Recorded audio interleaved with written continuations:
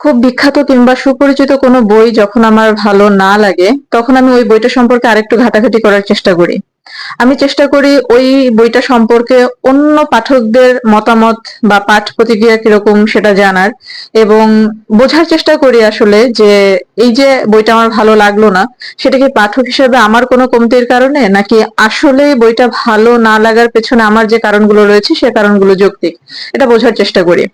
তো Isaac আসিমভের foundation, যেটা পৃথিবী বিখ্যাত একটা সায়েন্স ফিকশন, এই বইটা যখন আমার ভালো লাগছিল না, তখন আমি একই কাজটা করলাম যে এই বইটা সম্পর্কে অন্য পাঠকদের পাঠ প্রতিক্রিয়া বা মতামত কিরকম এটা জানার চেষ্টা করলাম।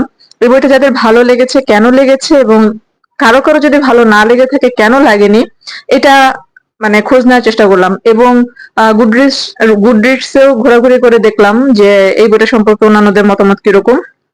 তো সবকিছু যাচাই বাছাই করে, অর্থাৎ এই বইটা সম্পর্কে অন্য পাঠকদের মতামত এবং নিজের উপলব্ধি, এই সবগুলোর মানে বিশ্লেষণ শেষে আমার মনে হলো যে না, এই বইটা যে আমার ভালো না লাগেনি, এই ভালো না লাগার পেছনে যে কারণগুলো আমি উপলব্ধি করেছি সেই উপলব্ধিগুলো একেবারে মানে ভ্রান্ত না। এর পেছনে যথেষ্ট লজিক রয়েছে, এবং এ কারণে আমার মনে হলো যে এই ফাউন্ডেশন বইটা এখনো যেসব পাঠক পড়েননি তাদেরকে কিছু বিষয়ে একটু জানানো দরকার, যেন বইটা পড়ার আগে তাদের কিছু বেসিক ধারণা থাকে। তো এই যে ফাউন্ডেশন বইটা আইজাক আসিমভের, এই ফাউন্ডেশন বইটা বা এই ফাউন্ডেশন মূলত একটা সিরিজ, যেটাতে মোট 7টা বই আছে, প্রিকুয়েল এবং সিকুয়েল মিলিয়ে।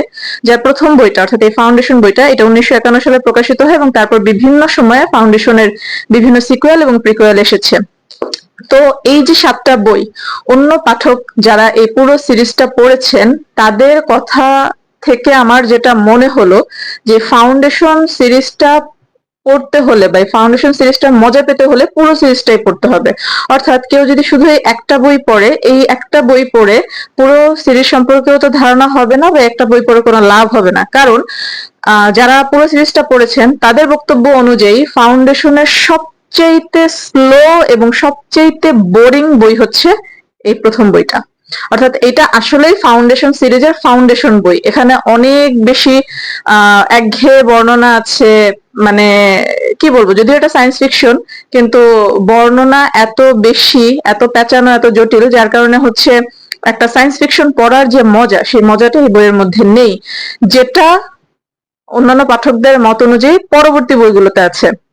এবং একজন পাঠক খুব সুন্দর একটা কথা বলেছেন যে ফাউন্ডেশন সিরিজের এই প্রথম বইটা, এটা হচ্ছে অ্যান্টিবায়োটিকের ডোজের মতো, যে আপনি যদি অ্যান্টিবায়োটিক কোর্স কমপ্লিট না করেন, অর্থাৎ আপনি পুরো অ্যান্টিবায়োটিকের যে 7টা হোক 5টা হোক পুরো কোর্সটা যদি আপনি কমপ্লিট না করেন, তখন যেমন একটা ট্যাবলেট খেয়ে আপনার কোনো কাজ হবে না, ঠিক তেমনি ফাউন্ডেশন সিরিজের এই একটা বই পড়ে আপনি কোনো মজা পাবেন না যদি না আপনি বাকি সিরিজের মানে সিরিজের বাকি বইগুলো পড়েন। অর্থাৎ আপনার ওই 7টা বই পড়তে হবে, তাহলে আপনি আসলে এই সিরিজের যে মানে প্রপার যে এনজয়মেন্ট সেটা আপনি উপভোগ করতে পারবেন। তো আমার বেলায় যেটা হয়েছে যে আমার আসলে এই সিরিজের বাকি বই পড়ার কোনো আগ্রহ ছিল না, এখনো পর্যন্ত কোনো আগ্রহ নেই।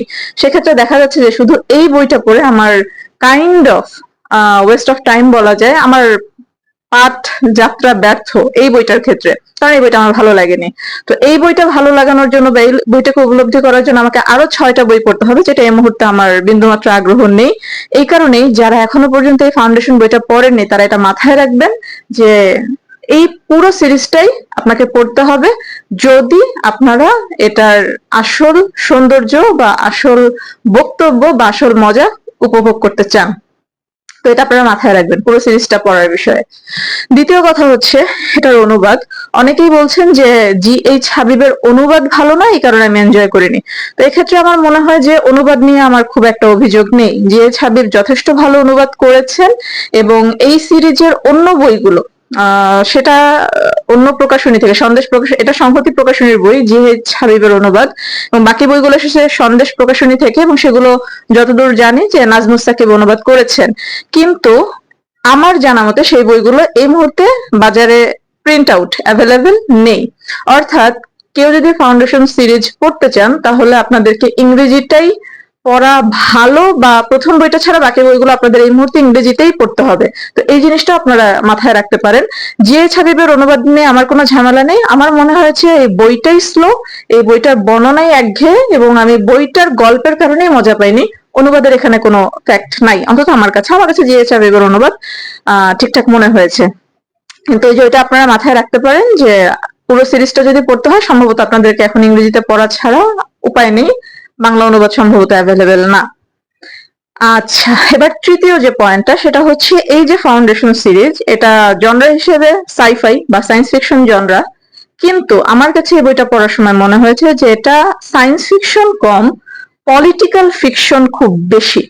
এখানে মূল গল্পটা অনেকটা এরকম যে একজন সায়েন্টিস্ট, তিনি কি বলে মানুষের সাইকোলজি অ্যানালাইসিস করে তিনি হাজার হাজার বছর পরেও কি হতে পারে ভবিষ্যৎ পৃথিবীতে সেটা ভবিষ্যৎবাণী করে গেছেন, এবং ঠিকই এই ওই হাজার হাজার বছর পরে পৃথিবীতে বিভিন্ন সংকট দেখা দিয়েছে, এবং সেই সংকটগুলোকে এই যে যিনি বিজ্ঞানী হ্যারি সেলডন, তিনি যেসব সমাধান সংরক্ষিত রেখে গিয়েছেন, সেসব সমাধান দেখে দেখে অনেকে সমাধান করার চেষ্টা করেছে সংকটগুলো, বা কি বলে এটাকে, সময়ের প্রয়োজনে নতুন নতুন সমাধানের পথ বের করার চেষ্টা করছে, এইরকম ব্যাপার স্যাপার আর কি। তো এখানে হচ্ছে ওই যে মানুষের মনস্তত্ত্ব, সাইকোলজি এবং পলিটিক্যাল বিভিন্ন বিষয়, যে রাজ্যে রাজ্যে ভবিষ্যতের পৃথিবীতে বিভিন্ন রাজ্যে রাজ্যে হানাহানি এবং টাকার লড়াই, পাশাপাশি হচ্ছে ধর্মের লড়াই, অর্থাৎ ধর্মের ক্ষমতা এবং টাকার ক্ষমতা, এই যে বিভিন্ন রকম ক্ষমতার মধ্যে লড়াই, এটাই মূলত এই বইয়ের মূল বক্তব্য বলে আমার মনে হলো। তো এক্ষেত্রে আমি অন্যান্য সায়েন্স ফিকশন যেগুলো পড়েছি এ পর্যন্ত, সায়েন্স ফিকশন আমার খুবই প্রিয় একটা জনরা, তো অন্যান্য যেসব সায়েন্স ফিকশন পড়েছি সেগুলো পড়তে গিয়ে আমার মনে হতো যে সায়েন্স ফিকশনের মূল উদ্দেশ্য ছিল সায়েন্স ফিকশনটাকে প্রায়োরিটি দেয় এবং সেখানে গল্পটাকে আগানোর জন্য বাস্তব পৃথিবীর যেসব উপাদানকে আনতে হয় সেগুলো আনা। কিন্তু এই বইটা পড়তে গিয়ে আমার মনে হয়েছে এখানে প্রধানতই ফোকাস করা হয়েছে পলিটিক্যাল বিষয়গুলোতে বা মানুষের সাইকোলজিক্যাল বিষয়গুলোতে, এবং সেগুলোর দিকে ফোকাস করতে গিয়ে যতটুকু সায়েন্সকে আনতে হয়, যেহেতু ভবিষ্যৎ পৃথিবীর কথা কল্পনা করা হয়েছে, সেজন্য যতটুকু সায়েন্সকে আনতে হয় সেটুকু আনা হয়েছে। মানে এখানে পলিটিক্যাল ফিকশনের জন্য সায়েন্সকে ব্যবহার করা হয়েছে, ব্যাপারটা আমার কাছে এরকম লাগছিল। তো পলিটিক্যাল ফিকশন, আমি তো আসলে সায়েন্স ফিকশন পড়ার উদ্দেশ্যে বইটা পড়ছিলাম, পলিটিক্যাল ফিকশন পড়ার তো আমার ইচ্ছা ছিল না। পলিটিক্যাল ফিকশন আমি বলতে সেভাবে যদি বলি তাহলে বলবো যে বাংলাদেশের রাজনীতির যে সত্যিকারের ইতিহাস, সেটা যে কোনো থ্রিলার উপন্যাসের চেয়ে কম ইন্টারেস্টিং না। তো এই কারণে এটা যে পলিটিক্যাল ফিকশন, আমি হতাশ। এখানে অনেক বেশি রাজনৈতিক কচকচানি, ক্ষমতার লড়াই, হ্যান ত্যান হাবিজাবি আছে। আমার কাছে এটা একদমই সায়েন্স ফিকশন হিসেবে আমি একদম এটাকে এনজয় করিনি। তো আপনারা যারা এই বইটা এখনো পড়েননি তারা ওইভাবেই মাথায় রাখবেন বিষয়টা, যে এটা শুধুমাত্রই সায়েন্স ফিকশন না, এটার ডেপথ অনেক বেশি। এটা যদিও কল্পনা বিজ্ঞান বা কল্পনা প্রসূত লেখা, কিন্তু এখানে পৃথিবীর জন্য অনেক ডিপ কিছু মেসেজ দেওয়ার একটা ব্যাপার আছে, এবং এটা 1951 সালে লেখা হলেও আসিমভ যেসব প্রেডিকশন তার এখানে যে হ্যারি সেলডন নামে বিজ্ঞানী করে গেছেন, তার অনেক কিছুই আমরা আজকের পৃথিবীতে দেখছি এবং হয়তো আগামী পৃথিবীতেও দেখবো। প্রসঙ্গত আরেকটা কথা উল্লেখ করি, এই ফাউন্ডেশন বইটা ইলন মাস্কের খুব প্রিয় একটা বই আমি যতদূর জানি। তো একটা জিনিস চিন্তা করেন যে ইলন মাস্কের বর্তমান কার্যক্রমগুলো দেখেন, যে তিনি আসলেই চাচ্ছেন যে পৃথিবী জয় করার পর তিনি চাচ্ছেন যে পুরো মহাজাগতিক একটা পাওয়ারে বা টাইকনে পরিণত হতে। তো তিনি যে এই বই থেকে ইন্সপায়ার্ড, এটা অনুমান করা যায়, এবং তার টার্গেটটা শুধুই সায়েন্সের ফিকশনের মধ্যে না, তার টার্গেটটা এখানে যেসব বৈজ্ঞানিক কথাবার্তাগুলো আছে, আবিষ্কারগুলো আছে, সেগুলোকে বাস্তবে পরিণত করা, এবং এখানে যেসব সুপার পাওয়ার, গ্যালাকটিক এম্পায়ার, যে একটা প্রচন্ড ক্ষমতাধর রাজ্যের কথা বলা হচ্ছে, আমার কেন জানি মনে হচ্ছে এলন মাস্ক চেষ্টা করছেন সেই পথে আগানোর, এবং হয়তো তিনি এই বইয়ের হ্যারি সেলডন হয়ে উঠতে চাচ্ছেন। তো তাহলে একটু চিন্তা করেন যে এলন মাস্ক তো বর্তমান পৃথিবীতে খুবই গুরুত্বপূর্ণ, শুধু যে কি বলে টেক জায়ান্ট তা বলবো না, পলিটিক্যাল বিষয়গুলোতেও তার যথেষ্ট মানে কি বলে এটাকে উপস্থিতি আছে। তিনি সরব, এবং তার প্রত্যক্ষ যোগাযোগ আছে পৃথিবীর বিভিন্ন বৈশ্বিক পলিটিক্যাল ইস্যুতে। তো সহজে অনুমান করা যায় যে this book is not a mere science fiction. এই বিষয়গুলো মাথায় রেখে এই বইটা পড়া উচিত বলে আমি মনে করি। তো আমি যেহেতু শুধু সায়েন্স ফিকশন পড়তে চেয়েছি এনজয়মেন্টের জন্য, আমার এই বইটা ভালো লাগেনি। এবার আসি আহ এলন মাস্কের প্রসঙ্গ যেহেতু আসলো, এলন মাস্কের কিছু নাতিদের জন্য আমার কিছু কথা। দেখেন, দুইটা বাক্যের পার্থক্য বোঝা দরকার। একটা হচ্ছে বইটা ভালো না, আর একটা হচ্ছে বইটা আমার ভালো লাগেনি। তো আমি যখন বলবো যে ফাউন্ডেশন বইটা আমার ভালো লাগেনি, এটা বোঝা উচিত যে এই বইটা ভালো না, এটা আমি বোঝাচ্ছি না। কারণ ফাউন্ডেশন অলরেডি একটা ক্লাসিক বই। এটা অনেকটা সময় পার করে এসেছে। 1951 সালে প্রথম প্রকাশিত হয়ে এই পর্যন্ত একটা দীর্ঘ সময় পার হয়ে এসেছে। কোটি কোটি পাঠকের এই বইটা ভালো লেগেছে, আবার অনেকের ভালো লাগেনি। তো আলোচনা সমালোচনা সবকিছুর মধ্য দিয়ে এই বইটা কিন্তু অলরেডি প্রমাণ করেছে যে সে সময়কে পার করে এসেছে, কালজয়ী হয়েছে। তো এই ক্ষেত্রে এই বইটাকে ভালো না বলার দুঃসাহস আমার নেই, কোনো পাঠকেরই হওয়া উচিত না, কোনো বিবেচক পাঠক এটা বলবেন না। এই বইটা নিঃসন্দেহে ভালো, কিন্তু পাঠক হিসেবে ব্যক্তিগতভাবে বইটা আমার ভালো লাগেনি। এটা একান্ত আমার ব্যক্তিগত মতামত। আমার মতো আরো যাদের এই বইটা ভালো লাগেনি তারা এটা বলবেন যে এই বইটা আমার ভালো লাগেনি। এটা পাঠক হিসেবে আমার স্বাধীনতা, এটা পাঠক হিসেবে আমার রুচি, বৈচিত্র্য যেটাই বলেন, এবং এটাকে অ্যাকসেপ্ট করতে জানতে হবে।